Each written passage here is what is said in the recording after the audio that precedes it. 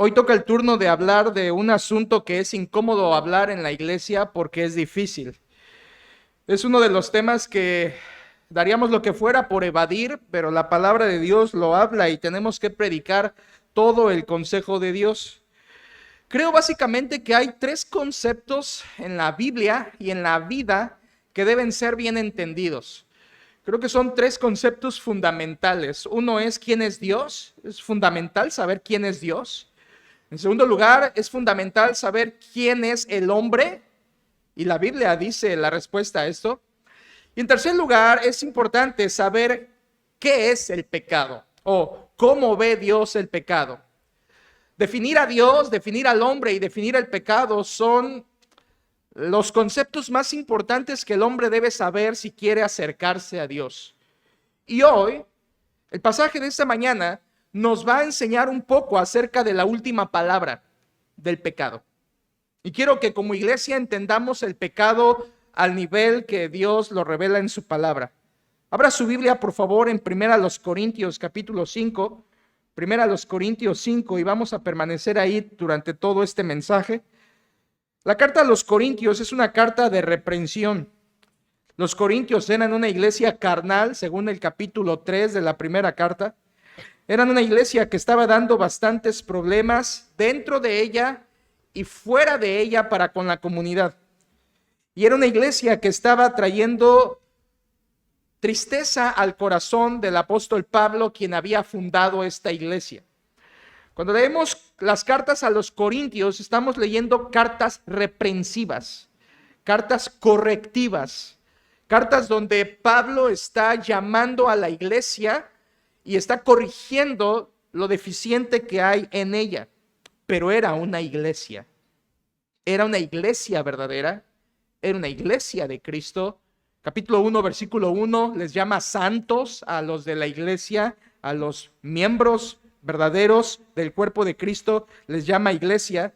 Y tan importantes son las cartas reprensivas de Pablo que en la segunda carta, capítulo 13, termina diciéndoles: hay tanto pecado en esta iglesia que, 2 Corintios 13, dice: examinaos a vosotros mismos si estáis en la fe, probaos a vosotros mismos, no sea que estéis reprobados. Y esta mañana quiero llamar su atención al capítulo 5 de la primera carta, porque el capítulo 5 nos ayuda a entender más el pecado. Lo que tenemos en el capítulo 5 es Pablo dando una instrucción para disciplinar el pecado en la iglesia de Corinto.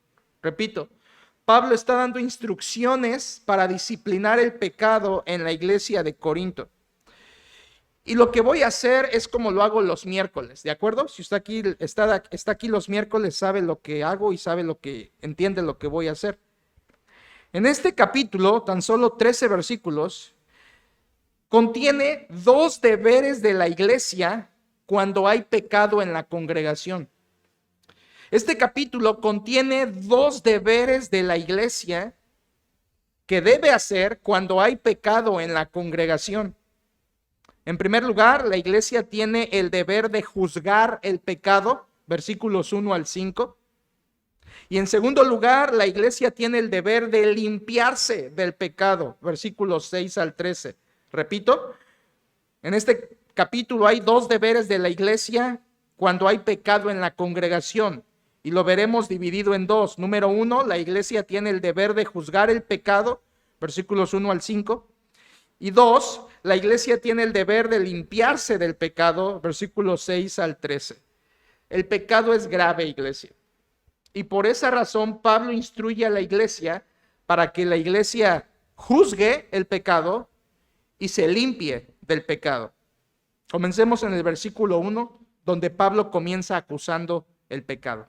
Versículo 1, 1 Corintios 5:1 dice: de cierto se oye que hay entre vosotros fornicación, y tal fornicación cual ni aún se nombra entre los gentiles, tanto que alguno tiene la mujer de su padre. Hasta allí. En este primer versículo, el apóstol Pablo comienza acusando a la iglesia, diciéndoles que hay un pecado en la iglesia que se estaba permitiendo en la iglesia. La frase que usa el apóstol Pablo es muy interesante. Él dice, de cierto se oye que hay entre vosotros. Esto de se oye significa se conoce. En otras palabras, no solo la iglesia sabía este pecado, sino que los de fuera sabían el pecado que la iglesia estaba cobijando. La sociedad, la comunidad estaba aún enterada del pecado que estaba dentro de la congregación. Es decir, era conocido por todos. ¿Cuál era ese pecado? Versículo 1 dice el apóstol Pablo, hay entre vosotros fornicación. El pecado que estaba cobijando la iglesia era fornicación. Fornicación viene de una palabra griega porneia, donde es la raíz de la palabra pornografía, pero porneia no significa solo pornografía. La palabra griega usada por Pablo en tiempos del Nuevo Testamento significa inmoralidad sexual, o sea, cualquier pecado sexual.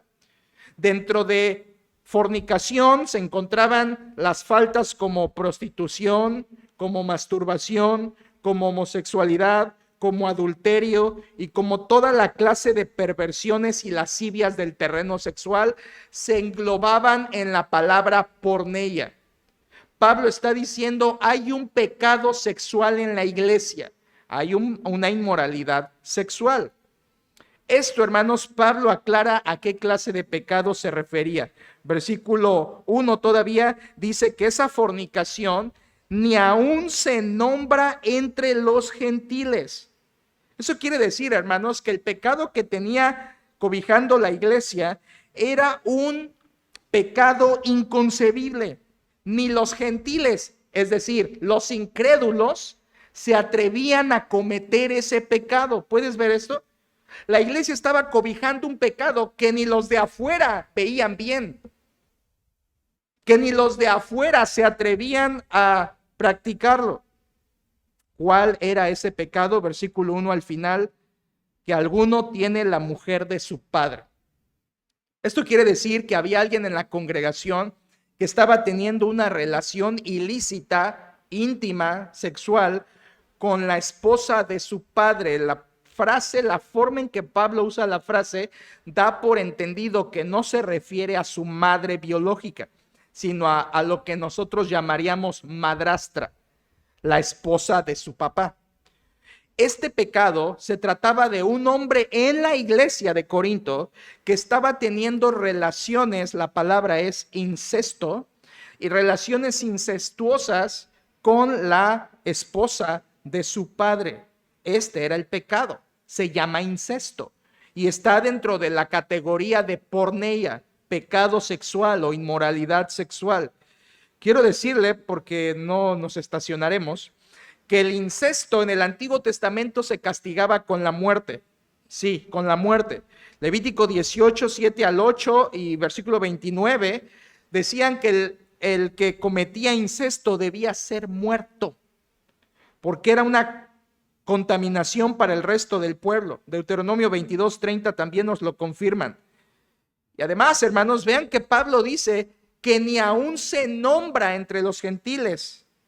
Tanto, o sea, es un pecado que era incluso inusual en los incrédulos. Además, hermanos, el incesto era ilegal bajo la ley romana de ese tiempo. Los romanos no permitían incesto, o sea que el pecado que está cometiendo alguien en la iglesia era reprobado por Dios, reprobado por la palabra de Dios e incluso reprobado por la sociedad y reprobado por el mismo gobierno. Sin embargo, ahí estaba el pecado. Versículo 2, Pablo no solo les acusa, sino ahora en el 2 les dice la actitud correcta que debían tener. Versículo 2 dice, y vosotros estáis envanecidos. La palabra ahí quiere decir hinchados, inflados. Habla de un orgullo, habla de una arrogancia, habla de un orgullo que la iglesia estaba teniendo. Vuelvo a leer, y vosotros estáis envanecidos. ¿No debierais más bien haberos lamentado para que fuese quitado de en medio de vosotros el que cometió tal acción? Pablo está diciendo, ustedes están inflados, están arrogantes, orgullosos. La idea de esto, hermanos, es que la iglesia sabía el pecado que estaba. pero se sentían como orgullosos, como que exaltaban o como que justificaban, minimizando el pecado de aquel miembro de la iglesia. Estaban exaltándose, estaban inflados. Sí, el hermano comete eso, pero no pasa nada. Justificaban. Pablo les dice, ustedes se han llenado de orgullo y esa actitud no es la correcta. Ese mismo versículo nos dice cuál debía ser la actitud, hermanos. Versículo 2 dice, ¿no debierais más bien haberos qué? Lamentado. Interesante. Esa palabra lamentado es la misma palabra que hemos estudiado en Mateo capítulo 5, bienaventurados los que lloran. En Mateo 5 se traduce llorar, aquí se traduce lamentar, pero cuando les enseñé Mateo 5 las bienaventuranzas, les expliqué que esa palabra quiere decir llorar para arrepentimiento. Por lo tanto, Pablo está diciendo a la iglesia, tú tienes la actitud de arrogancia, estás inflado sabiendo que alguien está en pecado. Y en vez de arrogancia, escucha, deberías haberte arrepentido de cobijar el pecado en esta iglesia. Pablo está diciendo, la actitud correcta no es orgullo, la actitud correcta es llorar para arrepentimiento. La iglesia debería ser quebrantada por el pecado que sabían, que conocían, que cobijaban y que estaban permitiendo. Por lo tanto, el versículo 2 dice al final que debían haberse lamentado, note la frase final, para que fuese quitado, una palabra muy fuerte, quitado de en medio de vosotros el que cometió tal acción. Pablo está diciendo, lo correcto es arrepentirse. Y lo correcto es quitar a aquel que está cometiendo ese pecado. Hermanos, aquí vemos en primer lugar cómo la iglesia debe juzgar el pecado. Cómo la iglesia debe juzgar. Y Pablo les está diciendo, se oye entre ustedes el pecado. Están arrogantes ante el pecado, pero deberían haberse arrepentido del pecado y quitar a ese pecador de en medio. Porque, hermanos, cuando alguien permanece en pecado, no debe permanecer en la iglesia. Cuando alguien permanece en pecado, ese alguien no debe permanecer en la iglesia. Es lo que está diciendo básicamente aquí Pablo. Ese hombre persevera en pecado, ustedes lo cobijan, y si persevera en pecado, no debe permanecer en la iglesia. Versículo 2 al final, debía ser quitado de en medio de vosotros el que cometió tal acción. Y Pablo, hermanos, en el versículo 3 comienza su juicio personal. Versículo 3, Pablo juzga esto y dice el versículo 3, ciertamente yo como ausente en cuerpo, pero presente en espíritu, ya como presente he juzgado al que tal cosa ha hecho. Ahora recuerde, estamos hablando de un hombre que en la iglesia de Corinto estaba pecando incestuosamente, fornicando con la esposa de su padre. Y la iglesia, en vez de arrepentirse, estaban orgullosos. Y Pablo les está acusando y diciendo que deben lamentarse y llorar. Pero en el versículo 3, Pablo dice, yo he juzgado. Fíjese esto, hermano, aquí empezamos con esta palabra. Pablo dice en el versículo 3, yo como ausente en cuerpo, obviamente Pablo no estaba en Corinto, Pablo estaba en otra ciudad, por eso escribe la carta. Pablo se encontraba fuera de esa ciudad y dice ausente en cuerpo, pero presente en espíritu, ya como presente he juzgado al que tal cosa ha hecho. Y desde ahora quiero introducir este pensamiento. La mayoría de las personas, probablemente usted, nos hemos quedado con el yo no soy quien para juzgar. No lo sabemos bien, parece que nos lo inyectaron en la leche materna. Yo no soy quien para juzgar, que te juzgue. Ven, parece que nos lo inyectaron. Todos nosotros hemos pensado así, hermanos. Pero aquí está el apóstol Pablo y dice, yo no estoy con ustedes, iglesia, pero en espíritu yo he juzgado. Ahora entendamos esto, hermanos. Juzgar en la Biblia, en el Nuevo Testamento, no significa maldecir, no significa atacar, no significa malmirar, no significa odiar. La palabra juzgar en el Nuevo Testamento, fácil de recordar, es la palabra crino, de donde viene esa palabra crisis. Y la palabra crino quiere decir determinar, tomar una decisión.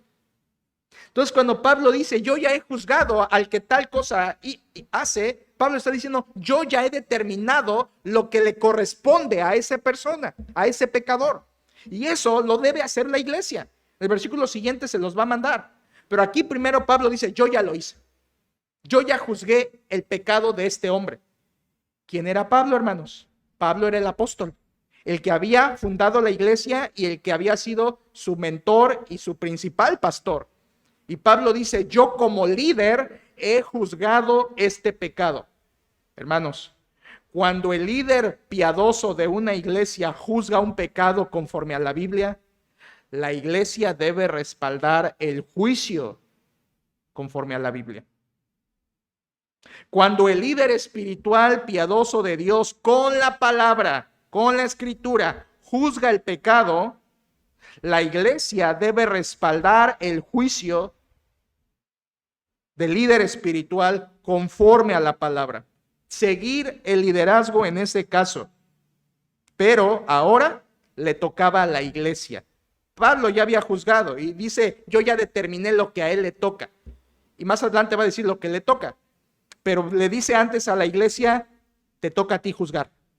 Por favor, versículo 4 y 5 dice, en el nombre de nuestro Señor Jesucristo, reunidos vosotros y mi espíritu, con el poder de nuestro Señor Jesucristo, el tal, este es el juicio, el tal sea entregado a Satanás para destrucción de la carne, a fin de que el espíritu sea salvo en el día del Señor Jesús. Hay demasiada carne ahí, vamos despacio.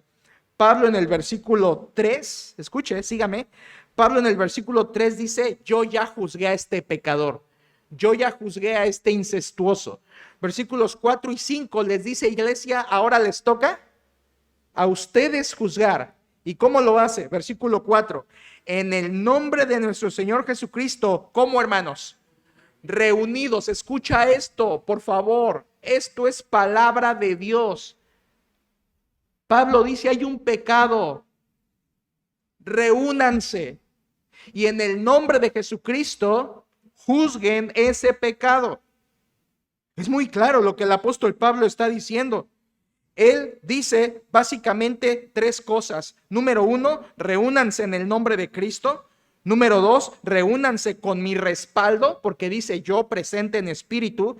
Y número 3, dice reúnanse en la autoridad de Jesucristo. Es lo que significa ahí la palabra poder al final del 4, con el poder de nuestro Señor Jesucristo. Así que Pablo le dice a la iglesia, iglesia, reúnete en el nombre del Señor, respaldados por mi autoridad y en la autoridad de Jesucristo, y juzguen este pecado. Es lo que les dice en estos dos versículos. Por lo tanto, hermanos, el versículo 3 fue un juicio personal de Pablo al pecador. Versículos 4 y 5 es un juicio congregacional. La iglesia reunida le tocaba juzgar el pecado ahora conforme a la Escritura. Hay muchas veces, iglesia, que los creyentes piensan que el pecado debe esconderse o debe tenerse cierto cuidado con el pecado. La verdad es que la Biblia no habla eso. El pecado debe ser expuesto. El pecado debe ser expuesto. Pablo le dice, reunidos, reunidos. La palabra ahí reunidos se refiere a una reunión pública. O sea, lo que está diciendo, iglesia, es que Corinto tenía que juzgar a ese incestuoso y lo tenía que hacer de forma pública. Delante de la reunida la iglesia, reunida la congregación. A veces pensamos, no, para esas cosas serias hay que tener cierto tacto y cierta cuidado y prudencia. No, hermanos, la Biblia dice algo distinto. La Biblia dice reunidos, la iglesia, en el nombre de Cristo, con el respaldo del siervo y en la autoridad de Jesucristo, reunidos, juzguen este pecado. Las disciplinas llevan la autoridad de Cristo. Por eso dice, en el poder de nuestro Señor Jesucristo. ¿Recuerda usted, hermano, ese versículo en Mateo capítulo 18? Es muy conocido, no vaya, pero en Mateo 18 el Señor Jesucristo dijo, porque donde estén 2 o 3 congregados en mi nombre, ahí estoy yo. en medio de ellos. Y siempre usamos ese versículo, o usamos ese versículo en el pasado, para decir la iglesia reunida, Cristo está acá. Pero ¿tú recuerdas de qué está hablando Mateo 18? Está hablando de lo mismo que 1 Corintios 5, de disciplinar y juzgar a un creyente en la iglesia. Por lo tanto, cuando Jesús dice en Mateo 18, donde están 2 o 3 congregados en mi nombre, ahí estoy yo, la idea, hermanos, no es Jesucristo está aquí con nosotros, hermanos, cantémosle. No, no es la idea, aunque sí está, pero ese pasaje no es lo que está diciendo. Lo que está diciendo ese pasaje es, iglesia, cuando te reúnas a juzgar el pecado, cuando te reúnas a evidenciar el pecado y vayas a proceder conforme a mi palabra, y sea difícil hacerlo, y sea difícil exponer el pecado, y sea difícil juzgar al pecador, yo estoy contigo, iglesia. Cristo está allí, nos respalda, nos acompaña. Su poder está con nosotros. El poder de Cristo y su presencia está en las pruebas, en las dificultades y en las tentaciones, pero también está cuando la iglesia se reúne a juzgar el pecado. Cristo está en medio de nosotros. Esto de que está en el versículo 5, pasemos al 5, dice, el tal se ha entregado a Satanás para destrucción de la carne. Es lo que tenía que hacer la iglesia, juzgarlo para que fuera destituido, hermanos. Esa palabra que usa el versículo 5, entregado a Satanás, es una palabra muy fuerte. Es una palabra judicial que se usaba para los delincuentes cuando los entregaban a las autoridades. Esa es la palabra, entregar, que como culpable lo entregues. Pero aquí hay algo interesante, iglesia. Versículo 5 dice, el tal, refiriéndose al incestuoso, al pecador de Corinto, el tal sea, interesante que Pablo ni siquiera pronuncie su nombre. Lo sabía, pero no lo pronuncia. Simplemente dice, el tal sea entregado como delincuente a Satanás. Esa es una frase muy enigmática, iglesia. Ser entregado a Satanás no solamente indica como entregar a un delincuente o entregar a alguien a las autoridades, que es la palabra que se usa en Mateo 10:4, cuando Judas entregó a Cristo. Cristo era sin pecado y él no era delincuente, pero Judas lo entregó, misma palabra que aquí en 1 Corintios 5, lo entregó como delincuente. Esta frase, hermanos, de entregar a Satanás es una frase que guarda mucho significado. Entregar a Satanás es una manera de referirse al juicio que le viene a esa persona por su pecado. Satanás es el príncipe de este mundo, ¿cierto? Y cuando alguien persiste en pecado debe ser entregado a Satanás, o sea, entregado al territorio del diablo. En otras palabras, hermanos, no me entienda mal. A ser juzgado por su pecado y que si quiere perseverar en el pecado, entonces se ha entregado a Satanás. Es como decir, ¿quieres el terreno del diablo? Húndete en el territorio del diablo. Entréguenlo a Satanás, que sufra las consecuencias de su pecado, que se hunda en las consecuencias de su pecado. Hermanos, es muy fuerte lo que está diciendo Pablo. Mira, escucha, el sentido común sería, hermanos, es el sentido común. El sentido común sería, hermanos, esa persona está en pecado, abrácenlo, apapáchenlo, invítenlo a comer, díganle cuánto lo quieren, denle advertencias, anímenlo. Eso uno pensaría. Pero no es lo que hace el apóstol Pablo. El apóstol Pablo dice, entréguenlo a Satanás. Déjenlo a sus propias consecuencias, sería la frase que definiría mejor eso. Déjenlo a la deriva de sus propias consecuencias. Entréguenlo a Satanás. Hay otras personas durante el ministerio del apóstol Pablo que él entregó a Satanás o que las entregó a sus propias consecuencias. Por ejemplo, escuchen, 1 Timoteo 1:20, Pablo dice, de los cuales son Himeneo y Alejandro, a quienes entregué a Satanás para que aprendan a no blasfemar. Otra vez, entregar a Satanás significa los dejé a sus consecuencias. Los dejé a su juicio. También en 2 Timoteo 1:15, Pablo dice a Timoteo, ya sabes esto, que me abandonaron todos los que están en Asia, de los cuales son Figelo y Hermógenes. personas que se habían alejado del camino del Señor y que eran colaboradores de Pablo. En 2 Timoteo 4:10, más conocido, dice, porque Demas me ha desamparado, escucha, amando este mundo y se ha ido a Tesalónica. Según Pablo, Demas, un colaborador que en otras porciones como en Colosenses lo llama colaborador, Demas, así se llamaba, Demas, en 2 Timoteo dice, Demas me abandonó, se fue del ministerio, me dejó como colaborador. Y no solo dice lo dejó, dice porque amó más este mundo. Es una forma de decir amó el pecado. Acarició, abrazó y prefirió el pecado en vez de a Dios. Demas hizo eso. Y por último, en 2 Timoteo 2:17 y 18 dice Pablo que su palabra carcomerá como gangrena, de los cuales son Himeneo y Fileto, que se desviaron de la verdad diciendo que la resurrección ya se efectuó y trastornan la fe de algunos. Otros más, Himeneo y Fileto. Hermanos, escucha, quédate con esto, escucha. Himeneo, Alejandro, Figelo, Hermógenes, Demas, todos estos hombres, escucha, eran colaboradores del apóstol Pablo. Escucha más, fueron colaboradores del apóstol Pablo, pero por su pecado fueron entregados a Satanás, a sus consecuencias. No es extraño, es lo que la Biblia decía y advertía. Sea entregado a Satanás, sea llevado a sus propias consecuencias. Miren el versículo 5 más, dice, el tal sea entregado a Satanás para destrucción de la carne.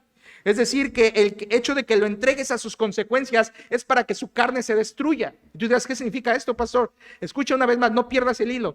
Que ese pecador de Corinto, que era un incestuoso, debía ser quitado de la iglesia, entregado a sus consecuencias para que le vinieran las consecuencias en su cuerpo. Eso quiere decir destrucción de la carne, que su cuerpo llegara a enfermarse o incluso a morir por consecuencia de ese pecado. Ustedes saben que en este caso, como era un incesto, un pecado sexual, los pecados sexuales son de los más mortíferos. Los pecados sexuales, físicamente, terrenalmente hablando, matan a mucho más personas que cualquier otro pecado. ¿Por qué, hermanos? Porque existen enfermedades venéreas, enfermedades de transmisión sexual, enfermedades que son letales, enfermedades que, escucha, iglesia, SIDA y todos los derivados de eso, no es otra cosa sino enfermedades de destrucción de la carne que son juicio de Dios a esos pecadores.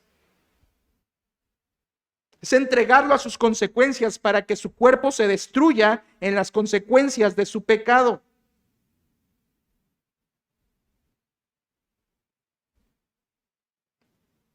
Para destrucción de la carne, dice el apóstol Pablo, con un fin, versículo 5 a la mitad, a fin de que el espíritu sea salvo en el día del Señor Jesucristo.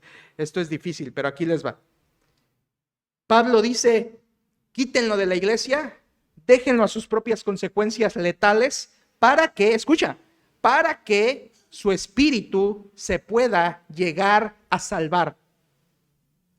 ¿Qué quiere decir esto? Es muy sencillo, hermanos. Pablo dice a ese pecador, déjenlo que sufra sus consecuencias. Y probablemente mientras sufre sus consecuencias llegue a arrepentirse. Y entonces, aunque las consecuencias ya no se quitarán, su espíritu se salvará porque se arrepentirá de su pecado. Esto, hermanos, es muy elevado para mi mente, al menos para la mía. Nosotros pensamos que para que alguien se arrepienta hay que animarlo, apapacharlo y darle obsequios. Pablo dice, si quieres que alguien se arrepienta, déjalo a sus consecuencias. Qué duro. Déjalo a sus consecuencias y en sus consecuencias se arrepienta. Y si se arrepiente, bendito sea Dios porque su espíritu vivirá. Y yo les he dicho antes que Dios prefiere a un enfermo salvo que a un sano incrédulo. ¿De acuerdo? que sea salvo en el día del Señor Jesús. Es una referencia al juicio divino, donde esa persona podía arrepentirse y ser salva si se arrepiente, y salvarse, aunque ya no se borrarían las consecuencias. Esto hay muchos ejemplos: personas muriendo de SIDA, personas muriendo de cirrosis, personas muriendo de cualquier tipo de consecuencia de estas por abusos de drogas o de sexo, que al venir las consecuencias y están deshaciéndose en sus consecuencias y prácticamente muriendo en sus consecuencias, viene un arrepentimiento genuino a sus vidas. Y entonces mueren por su consecuencia de pecado, pero su espíritu vive, se salva en el día de Cristo. Pablo está diciendo, hermanos, escuchen, es preferible que quites a ese fornicario y deje de contaminar la iglesia, porque si se va a arrepentir, no va a ser por estar en la iglesia. Si se va a arrepentir es porque va a estar sufriendo sus consecuencias. Que sufra sus consecuencias con la esperanza de que escarmiente y pueda ser salvo en arrepentimiento. Dios es así, hermanos. Primero los Corintios 11, recuerda, Dios juzgó a personas también en Corinto por tomar la Santa Cena indignamente. ¿Te acuerdas de eso? Había personas que habían enfermado y otras que habían muerto por tomar la cena del Señor indignamente. Hechos capítulo 5, 2 personas murieron por mentir. Tomar la Santa Cena indignamente y mentir, y aquí vemos fornicación, son 3 pecados que la iglesia debe juzgar. Son 3 pecados que Dios juzga. Son 3 pecados que Pablo juzga y son 3 pecados que yo quiero juzgar para obedecer a Cristo. Es mejor que sea juzgado fuera, o sea, con sus consecuencias, a que contamine la iglesia adentro. Versículo 6. Tenemos la contaminación. Hasta aquí, hermanos, les estoy compartiendo 2 deberes de la iglesia cuando hay pecado en la congregación. Hemos visto, número 1, la iglesia tiene el deber de juzgar el pecado. Lo vimos en estos versículos 1 al 5. La iglesia debe juzgar, hermanos, determinar, decidir y decir: esto es pecado, juzguémoslo. No le agrada a Dios, juzguémoslo. Quitémonos eso de ¿quién soy yo para juzgar? Miren, hermanos, sí es cierto, yo no soy una autoridad para juzgar, pero cuando abrimos este libro y decimos lo que dice, tiene autoridad para juzgar. Y entonces, reunidos en el poder de Cristo, aquí está el poder de Cristo, hermanos, la iglesia puede juzgar. No bajo su pensamiento o deseo, sino bajo lo que la Escritura dice, porque es la autoridad y el poder de Cristo. Ahora, en segundo lugar y último, veremos que la iglesia tiene el deber de limpiarse del pecado. No solo juzgar el pecado, sino limpiarse del pecado. Versículos 6 al 13. Y en el versículo 6 iniciamos esto de la iglesia tiene el deber de limpiarse del pecado. Y Pablo inicia en el versículo 6 hablando de lo contaminante que es el pecado. Versículo 6 dice: no es buena vuestra jactancia. Pablo vuelve a hacer referencia al orgullo del versículo 2, a lo inflado que estaban por ese pecado, y dice Pablo: no es buena vuestra jactancia. Jactancia quiere decir alarde o el gloriarse por ese pecado. O sea, en otras palabras, hermanos, la iglesia se estaba alegrando, regocijando en el pecado de este fornicario, de este impío, de este hombre que estaba tomando la mujer de su padre. Y Pablo dice otra vez, versículo 6, no es buena vuestra jactancia. Ahí hace una pregunta. ¿No sabéis que un poco de levadura leuda toda la masa? Cuando Pablo introduce esta frase que bien conocemos, es porque Pablo quiere hablar de la influencia negativa del pecado en la iglesia. Escucha, hermano, un pecado en la iglesia contamina toda la iglesia. Esto es así. Pablo dice: ¿no sabéis que un micro, palabra griega ahí, micro para referirse a lo más pequeño, ¿no sabéis que una micra es suficiente para contaminarlo todo? Según Mateo 8:15, la levadura en la Biblia casi siempre, solo una excepción, pero todas las demás veces la levadura es usada como una imagen de la influencia negativa. Levadura quiere decir influencia negativa en la Biblia, la mayoría de las veces. Solo una vez no quiere decir eso, en Mateo 13. Pero todas las demás veces quiere decir influencia negativa. ¿Por qué? Porque así como la levadura fermenta y corrompe la masa de forma rápida y extendida, así el pecado en la iglesia se extiende y pudre al momento de contaminar toda la iglesia. Pablo dice, escucha, versículos 1 al 5 fue, juzga el pecado, iglesia. Pero versículos 6 al 13 es, limpia ese pecado. Y la primera razón que da es porque contamina. Versículo 6, ¿no sabéis que un poco de levadura leuda toda la masa? Hermanos, el pecado invade a la iglesia. Cuando hay un pecado que se permite en la iglesia, ese pecado contamina. Escuchen esto, escuchen. El pecado contamina la iglesia de un miembro, o sea, cuando el pecado de un miembro está viviendo en pecado, ese pecado contamina la iglesia. Se sepa o no se sepa el pecado, Dios lo ve, ¿cierto? Y cuando Dios ve a la iglesia, Dios quiere bendecir la iglesia, pero no lo hace porque ve pecado en esa iglesia. ¿Te acuerdas en el libro de Josué cuando quisieron los israelitas ir a vencer a la pequeña ciudad de Ai, H-A-I, y no pudieron, y Josué y el pueblo se lamenta porque son vencidos, y Josué derrama delante de Dios su tristeza y le dice a Dios, hay pecado en el campamento. Dicho en tus palabras, uno por uno pagaron todos, porque el pecado de Acán contaminó la nación. Y tú dirás, pero ¿por qué no nada más Dios pues hizo que Acán lo mataran en la batalla, pero el pueblo vencía? No, hermanos, porque Dios veía a Israel como un organismo y Dios ve a la iglesia como un solo cuerpo. Es por eso que un pecado en un miembro daña y contamina como levadura todo el cuerpo. El pecado invade, hermanos, se sepa o no se sepa. Incluso tú puedes estar aquí y estar ocultando un pecado en tu vida. Quiero decirte que tú y tu pecado están impidiendo la bendición de Dios. No estoy hablando de tus caídas que tienes, de las que te levantas y confiesas. No, esa es la forma normal de un cristiano. Estoy hablando de ese pecado que tú has abrazado y consentido y permitido y que vives practicando ese pecado. Ese pecado practicado, ese pecado cobijado que te permites, ese pecado, como dicen algunos, ese pecado mascota que lo traes contigo para todos lados, ese pecado contamina la iglesia.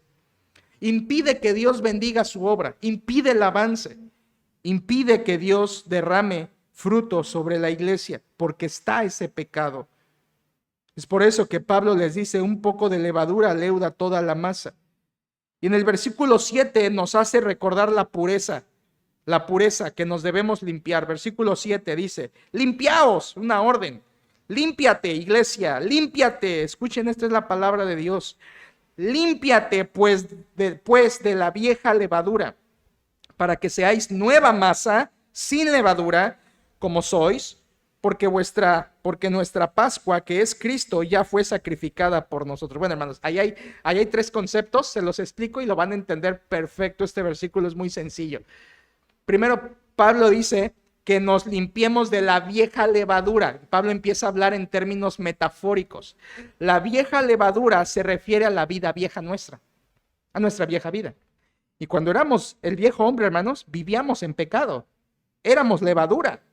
Éramos maldad, éramos malicia, estábamos muertos en nuestros delitos y pecados, siguiendo la corriente de este mundo. Cuando estábamos sin Cristo, éramos vieja levadura, contaminante.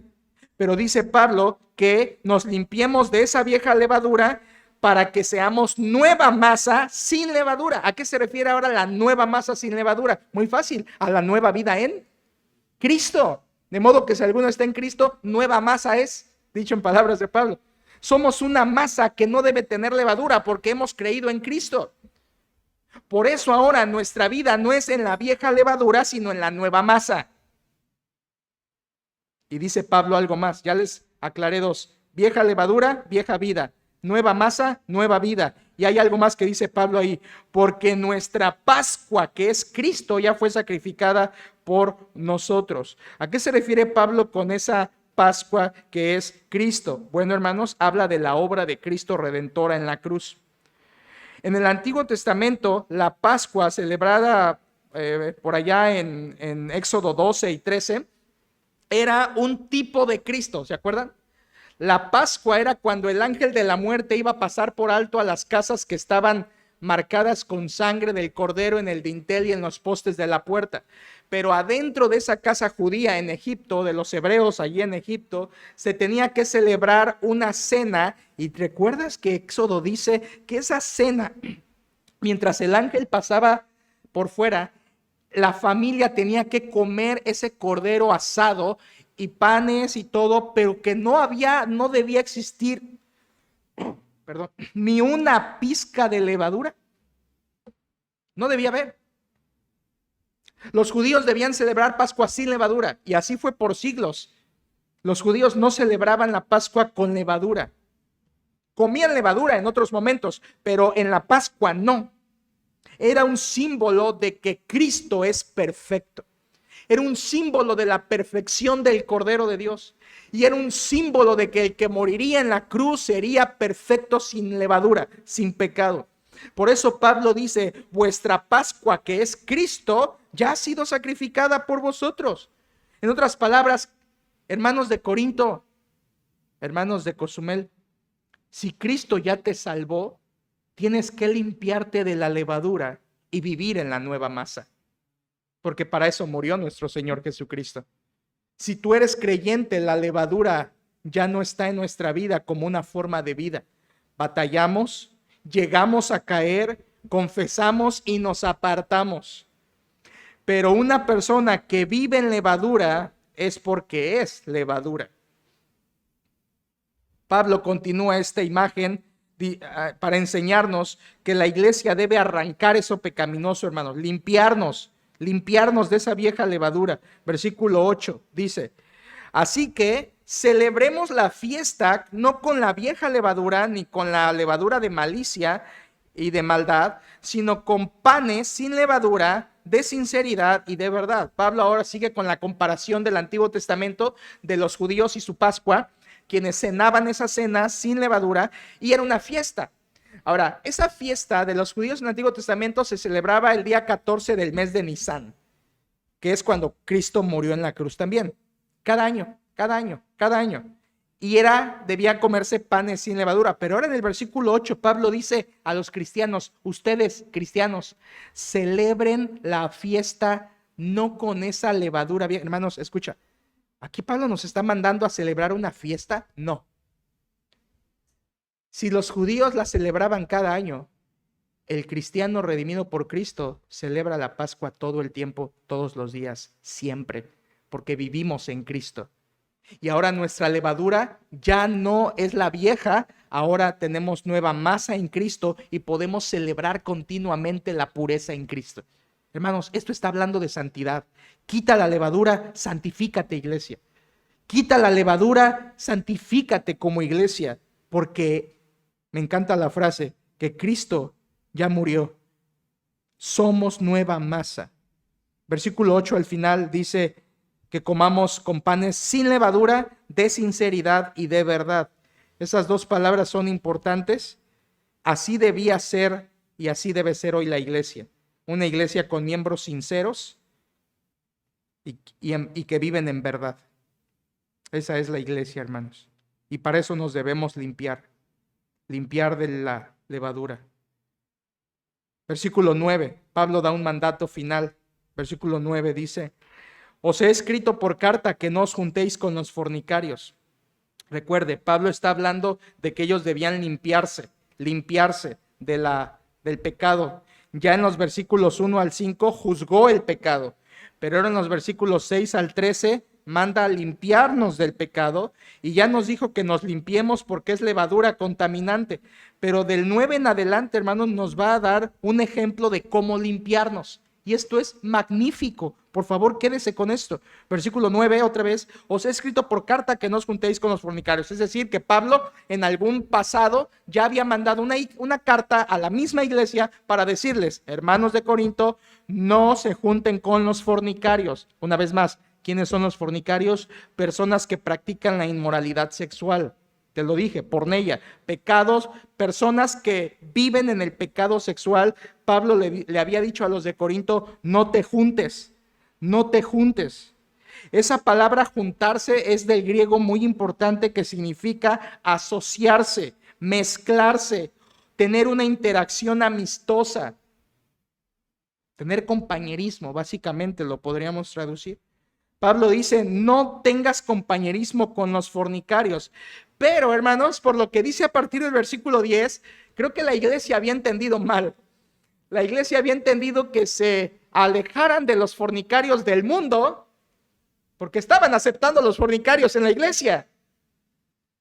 Parece que habían entendido mal. Y por eso Pablo les recuerda otra vez el mandato, versículo 10. Escuchen, versículo 10.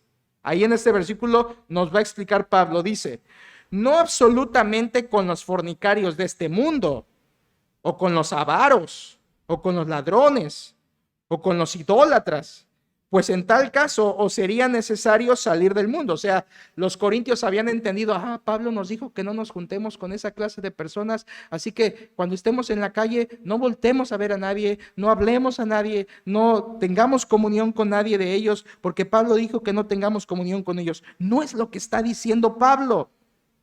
Pablo no se refirió a los incrédulos de afuera y da una lista. Dice con los fornicarios, versículo 10 todavía, pecados, gente que está en pecado sexual, con los avaros, esto quiere decir los codiciosos que aman el dinero, los ladrones, la palabra griega señala a los que estafan, estafadores, o con los idólatras, los que adoran ídolos. Versículo 10 al final, pues en tal caso os sería necesario salir del mundo. Hermanos, este es algo que quería Pablo arrancarnos una sonrisa, supongo, de la boca.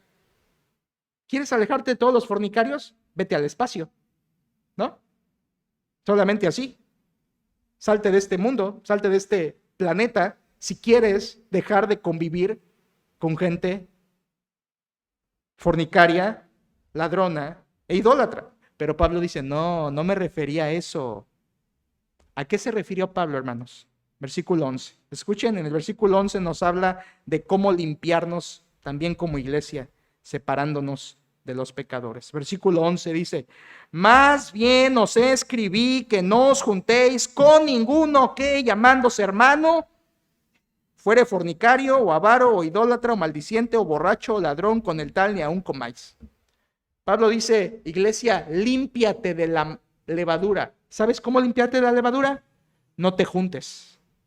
Misma palabra otra vez del versículo 9. No te juntes, no tengas compañía, no tengas compañerismo, no tengas amistad, no te relaciones, no tengas una interacción íntima. Es lo que significa esa palabra. No te juntes con quién. Aquí les va. Versículo 11.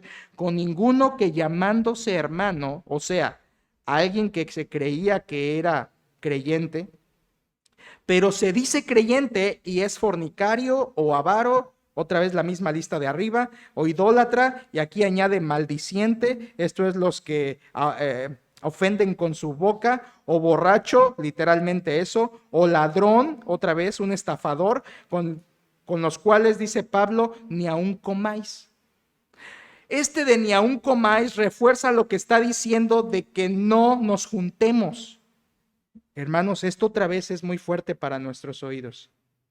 O sea, Pablo está diciendo que alguien que se dice ser hermano o se dijo ser hermano, debemos marcar una línea de compañerismo y no debemos juntarnos. Exactamente, hermanos.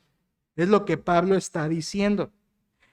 En otra carta, como veremos en un rato, en otra carta Pablo dice que no lo tratemos como enemigo, sino que si lo llegamos a ver, lo amonestemos.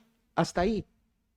Pero no puedes tener comunión y compañerismo con alguien que llamándose hermano es fornicario o cualquier otro pecado de la lista.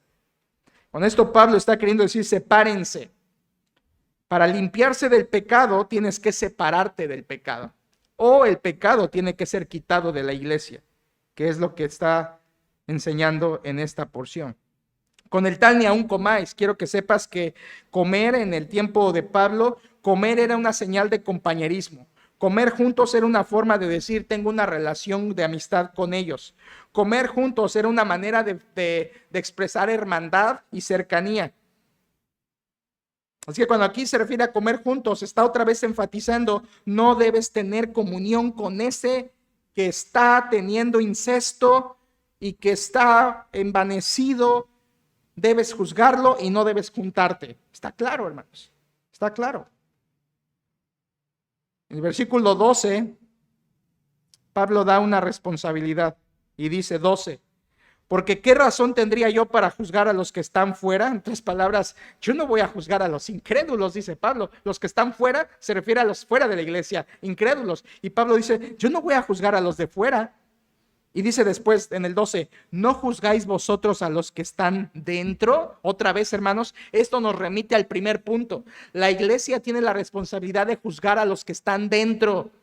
Una vez más, juzgar no es atacar, no es señalar, no es maldecir. Juzgar es tomar una decisión, una determinación de decir, esta persona está en pecado, no puede permanecer en la iglesia. Eso es juzgar. Y para eso se usa la Biblia, es la autoridad de Cristo. Y la iglesia debe juzgar esto. Y Pablo se los recuerda en el 12, para que ellos sepan que dentro de la iglesia se debe juzgar con la palabra de Dios. Como lo vimos en los versículos 3 al 5, y como lo dice también ahí capítulo 6, adelante, 6:5 dice, 6:5, para avergonzaros lo digo, pues ¿qué? ¿No hay entre vosotros sabio ni aun uno que pueda juzgar entre sus hermanos? Pablo está encomendando que la iglesia otra vez debe juzgar dentro a los que están en pecado. No tenemos que ir delante de un juez, hermanos, y escucha, no tenemos tampoco que ir delante de otros pastores de otras iglesias para que juzguen los pecados de la nuestra. Pablo dice, ¿no hay entre ustedes uno que pueda juzgar conforme a las instrucciones de Cristo? La iglesia debe juzgar y quitar el pecado. Primera de Pedro 4:17, el apóstol Pedro lo dice de esta manera, porque es tiempo de que el juicio comience por la casa de Dios. Y si primero comienza por nosotros, ¿cuál será el fin de aquellos que no obedecen al evangelio de Dios? El juicio comienza en la iglesia. Juzgarnos dentro, juzgarnos con la palabra de Dios, decidir en torno al pecador y disciplinar es deber de la iglesia. Hermanos, cerremos con el 13, dice el 13. Porque a los que están fuera, otra vez los incrédulos, Dios juzgará. Quitad pues a ese perverso de entre vosotros. Una vez más Pablo dice, a los incrédulos no los juzguen. Tú no puedes juzgar a los incrédulos. Dios juzgará a los incrédulos, ¿de acuerdo? Apocalipsis capítulo 20, los libros serán abiertos y Cristo juzgará a los incrédulos, le llama ahí a los muertos, por las obras que ellos hicieron. Serán echados al lago de fuego. Pero en la iglesia se juzga con la autoridad de la palabra de Cristo. Y Pablo termina de la manera más clara, más incisiva que puede terminar este capítulo. Quitad pues a ese perverso de entre vosotros. Ese era el juicio, esa era la decisión. Quítenlo. Una vez más, esa palabra es muy fuerte, así como lo fue en el versículo 4. De quitarlo, es una palabra, de hecho se usan 3 palabras en griego para decir quítenlo, literalmente dice quítenlo fuera de ustedes, quítenlo. Lo que nosotros usamos, una palabra exacta para definir esto es expúlsenlo. Pablo está diciendo a este hombre, necesita ser llevado a juicio, removido, expulsado. ¿Por qué, hermanos? Hasta este punto usted dirá, pero quitar a ese perverso, ya ni le llama hermano, le llama perverso. Importante, que lo juzguen, que lo quiten. Hermanos, esto parecería como que cero misericordia. Yo sé que a algunos de ustedes este tipo de mensajes les rechinan los oídos porque decimos, ¿en qué momento viene la gracia? ¿En qué momento viene el perdón? ¿En qué momento viene la misericordia? Es que en estos casos no hay, hermanos. ¿Cómo que no hay? No hay. Porque la misericordia es para los que se arrepienten. ¿Sí? Porque la misericordia es para los que se humillan ante el Señor. A ellos Dios les da su misericordia. Porque con el justo te mostrarás misericordioso, pero severo te mostrarás con los perversos.